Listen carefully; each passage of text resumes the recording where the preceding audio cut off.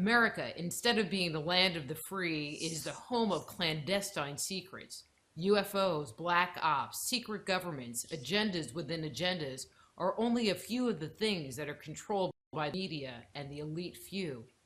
But what are their motives? Are their goals to serve the people of America, their wallets, or some kind of other diabolical plan? Helping us to connect the dots, we're going to be talking to Brad Olsen about his revised book, Future Esoteric. Brad Olsen's passion for writing goes far beyond his book publishing business or the online content he produces. His books have reached a wide audience across the country and have won numerous awards. His work has been reviewed in top publications, and he continues to lecture nationwide on various subjects. He has appeared on dozens of television and nationally syndicated radio shows over the course of 2 decades. In addition to his writing efforts, Brad Olsen is also the founder and event producer of the How Weird Street Fair in San Francisco. His webpage is bradolsen.com or cccpublishing.com. So please welcome Brad Olsen. Hey, Brad, how are you?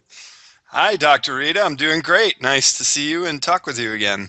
I'm loving this video format because it's like, hey. Can reach out and give each other a high five. Yeah. Brad, it seems like everywhere we look, we're surrounded by a big potential lie. You know, and what if these conspiracy theories that we hear so much about are true? This is the big question that I am presenting in my new lecture series, which is going to begin at Contact in the Desert this June. And the subtitle of the lecture is Everything is Fake. And we're coming to realize that conspiracy is the new normal, that these things continue to be confirmed before our very eyes. And now it's really up to us to put all the pieces together and just see the true extent of the lies that we've been exposed to and these criminal acts that continue to take place, such as geoengineering of our planet without anyone really knowing anything about it, or let alone giving their consent or permission. And it just seems like everywhere you look, every aspect, there's always something under the surface. You know, like they present, for example, GMOs as being this great thing for humanity, and they can feed people, and it makes it more insect tolerant and drought tolerant. And just before we came on air, read an article that this guy in Canada had 93 million bees die, and his hives were right next to a newly planted GMO field. I saw that, and it's horrifying. If we lose the bees, who's it, Albert Einstein said that humans won't be far behind. Our diet will become extremely bland without bees, and maybe only Monsanto will be able to provide the fruit and nuts and other essential food items that we get from bee pollination. So it's crazy, and this goes along the lines of everything is fake. The food is fake with GMOs. The skies are fake with chemtrails. And let me just start this lecture by saying this has all been planned out for decades. The CIA director named William Casey, who came to the first staff meeting with Ronald Reagan in 1981, said, and it was recorded and written down by people, he said, "We'll know our disinformation program is complete when everything the American public believes is false." So that was 35 years ago that they've been planning this. And we know the mass media is fake because they're owned by 6 conglomerate corporations that have just consolidated all the other media holdings. These decisions are made behind closed doors. We've known since the 1950s that the CIA have had operatives in the media called Operation Mockingbird, and they can vet stories, kill stories, or highly edit them. So maybe this is why the mass media ratings are plummeting, why the millennial generation don't even own televisions, and less people believe what we're hearing. So thank goodness for the alternative media and shows like yours, Dr. Rita. Keep fighting the good fight. Well, and I think having the internet be out there, I think of countries that they've shut the internet down, or they have really limited the amount of material that they'll allow flow through their internet, which I haven't quite figured out how they do that on such a global scale.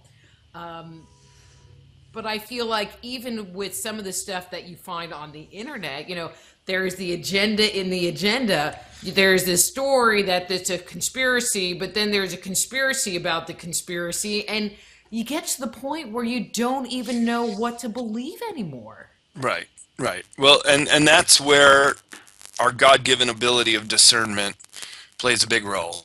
Because when you do get to that point, it's kind of like all we have left is our gut feeling, as well as our ability to research subjects and think critically about them and come to a conclusion that we feel we can believe in. Because let's face it, you can go on the internet, you can find a pro and a con to just about any controversial subject. So where does that leave us? Where are we supposed to place our belief system when you can have one of these circular arguments with people and everybody can pull up whatever kind of evidence they want to show to support their side?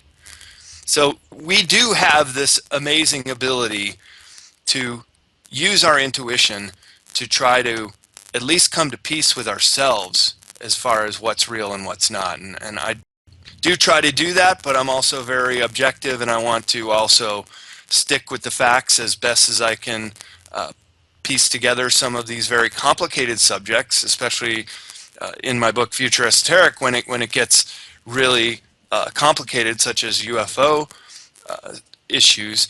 What I do is basically read every side to every coin and try to use the data points to create like a bell curve. And oftentimes the correct scenario will be right in the middle of that bell curve. And I think that's a really good methodology to work with. But let me ask you this. So of all of the conspiracy, I mean, because you cover so much information in Future Esoteric, so much information, which is your favorite conspiracy theory, or the one that's the weirdest? I mean, we were talking earlier, I'm going to be interviewing David Icke, and I have this really weird fascination with the whole reptilian thing. Yeah. I mean, and so that's kind of like my favorite weird conspiracy theory that I don't know what to do with it. But where do you kind of draw the line? Where does it start going a little over the edge for you?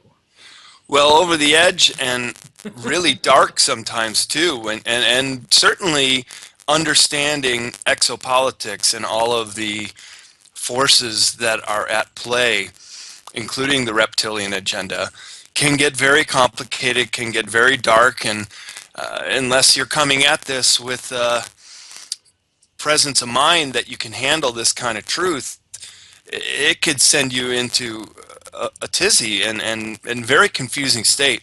I had the great opportunity of having lunch with Dr. Michael Salla after he and I were both on season 9 of Ancient Aliens in January.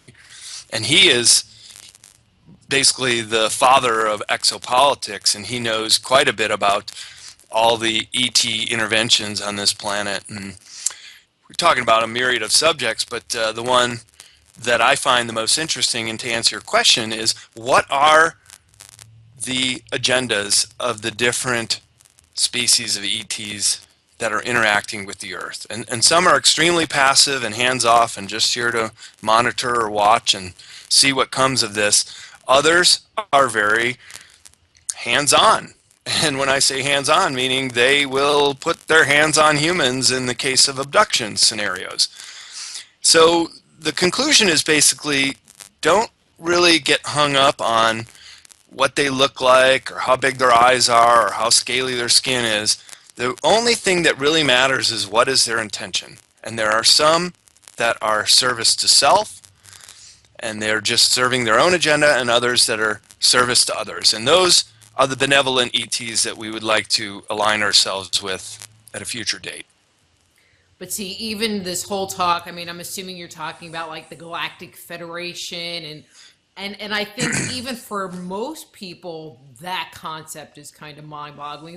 They're barely like wrapping their mind around. Hey, there's UFOs flying through the air, much less these multi groups of extraterrestrials hanging out and underline and in communication with the people on Earth. Right. And of course, you have people who are mediums who can speak with them telepathically. Some people who are contactees who will hear in their head, we want you to go to a certain location and stand there and wait for them to come down. Or people like Stephen Greer, who says that he has a group that can actively make contact with ETs, and they'll all sit in a remote location and meditate, and according to them, ships will come down and they'll have some kind of meaningful conversation, maybe only telepathically. I don't know if they're always face to face, but certainly those accounts really enrich the whole UFO field, showing that maybe it's a lot closer than we've always thought. Maybe they're here right now, but in another dimensional form. And then this also, it's funny how things can often go from the light to the dark very quickly. This concept that perhaps there are these ET invaders here on the planet called the Archon Network that feed off of our fear and our anger and anguish and love it when humans get all mashed up with each other and fighting each other, and they call it noosh. This is their food, this energetic food that they get off of our anguish and fear. So if we can drop that fear and not feed them anymore, they start to lose their power. Just as somebody who hasn't eaten in a day or so starts to lose energy and get weaker.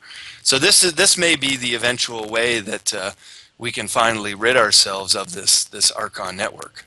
Well, I think we would be really tasty to the Archons right now. Oh yeah. Tastes like chicken. No.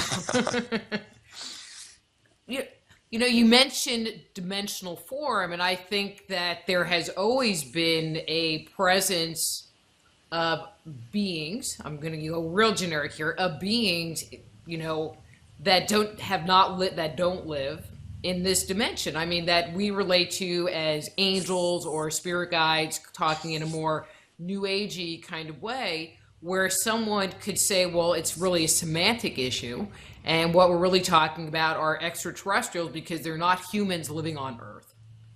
What's your comment to that? Well, exactly. And to think that we've really been given no information on this subject. The first I ever heard of the Archon networks was through Carlos Castaneda, and his teacher Don Juan was giving him this information that these Archons have been here for quite a long time, and as I just discussed, this is how they feed off of our negative energy. So to have them here, to have them all around us, and maybe right here in the room with me and with you, yeah. Sorry. Down with the Archons. We're not feeding you anymore. It gives a new meaning to multidimensionality, and this is sort of a new talking point in metaphysical circles, that we live in a multiverse, and we have to start accepting the fact that there can be entities in our space that we just can't see, feel, or hear, but that doesn't mean that they're not there. You know, and I always laugh because, you know, a belief in ghosts, which to me is a non-corporeal being that is living in an etheric realm, has been with humanity for at least since at least 2500 BC. That there was a clear understanding of the concept of being a ghost or an angel.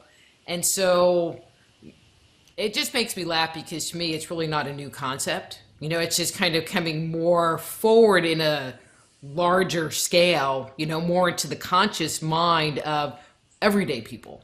Mm. Exactly. And the fact that we have this image of a devil or Satan with the horns and the hoofs and sometimes the wings or the scales.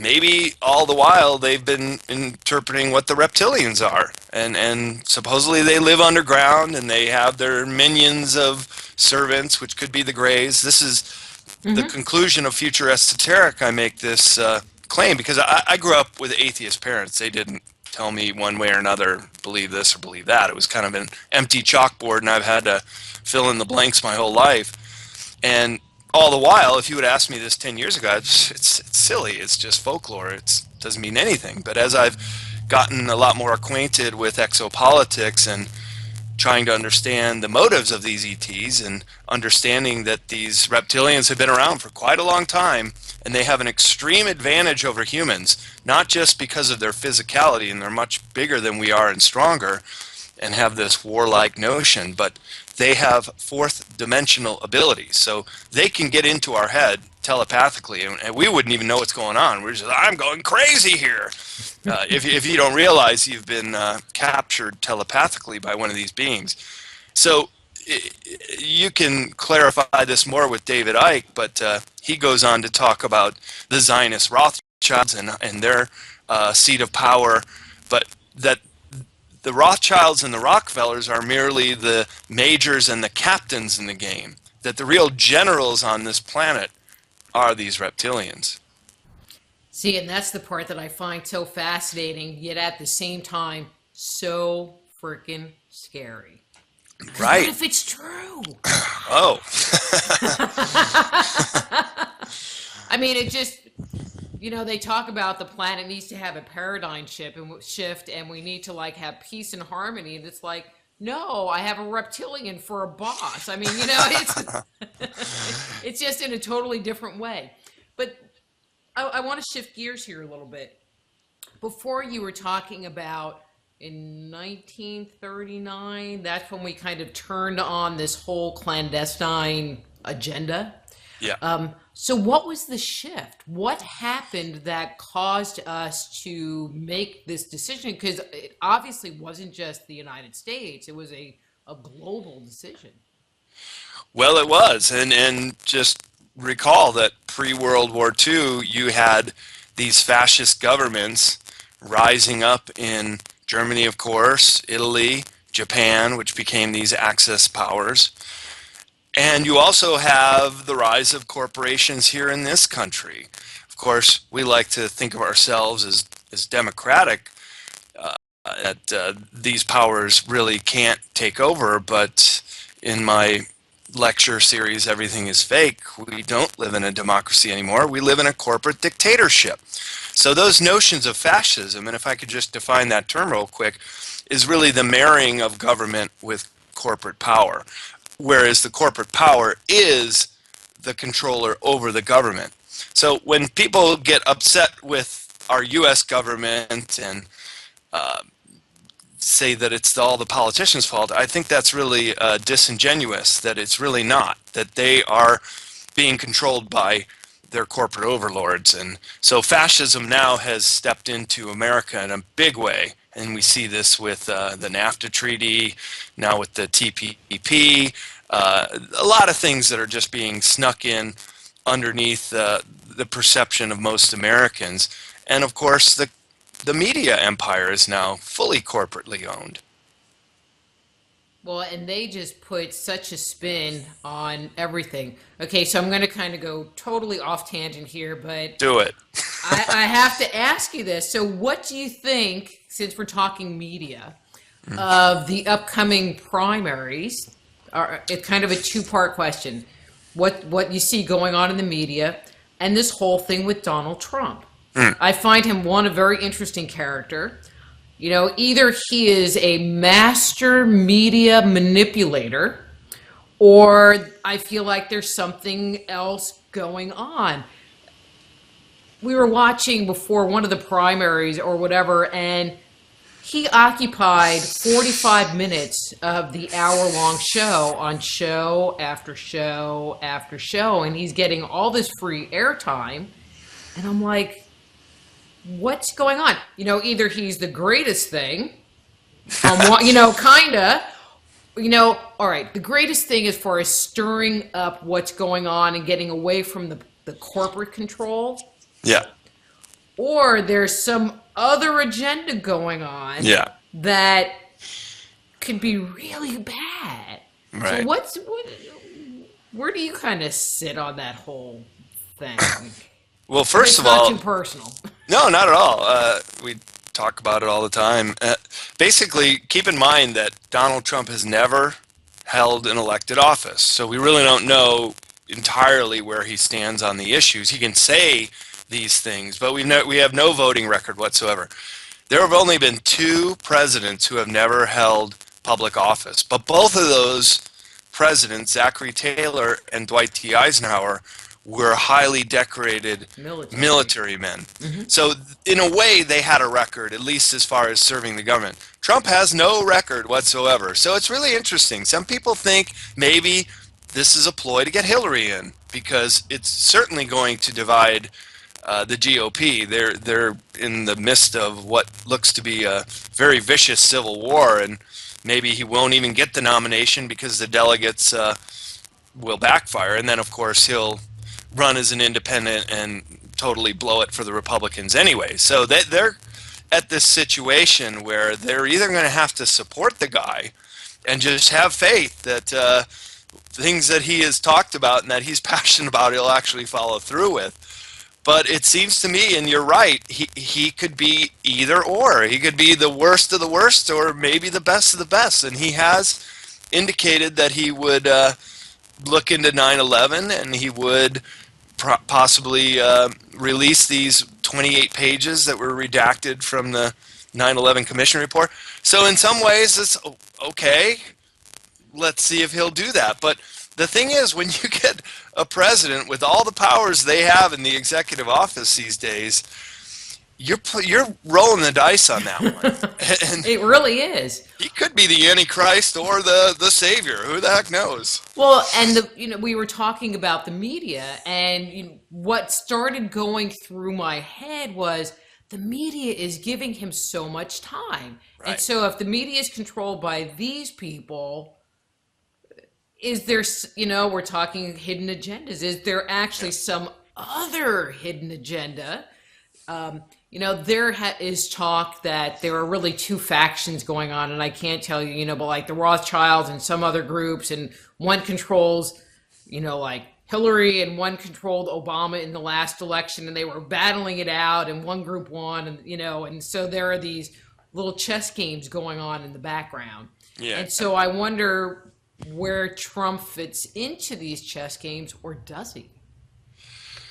He's got to fit in. The other thing that's super interesting about Trump is he does not take any outside money. He's a billionaire already. He doesn't need to get anyone to finance him. So in a way, it's back to this pure form of running for office, and the fact that he will not be beholden to anyone, unlike Hillary, who's got big banks and corporate money in her pocket and arguably must then toe the line for these big-time donors.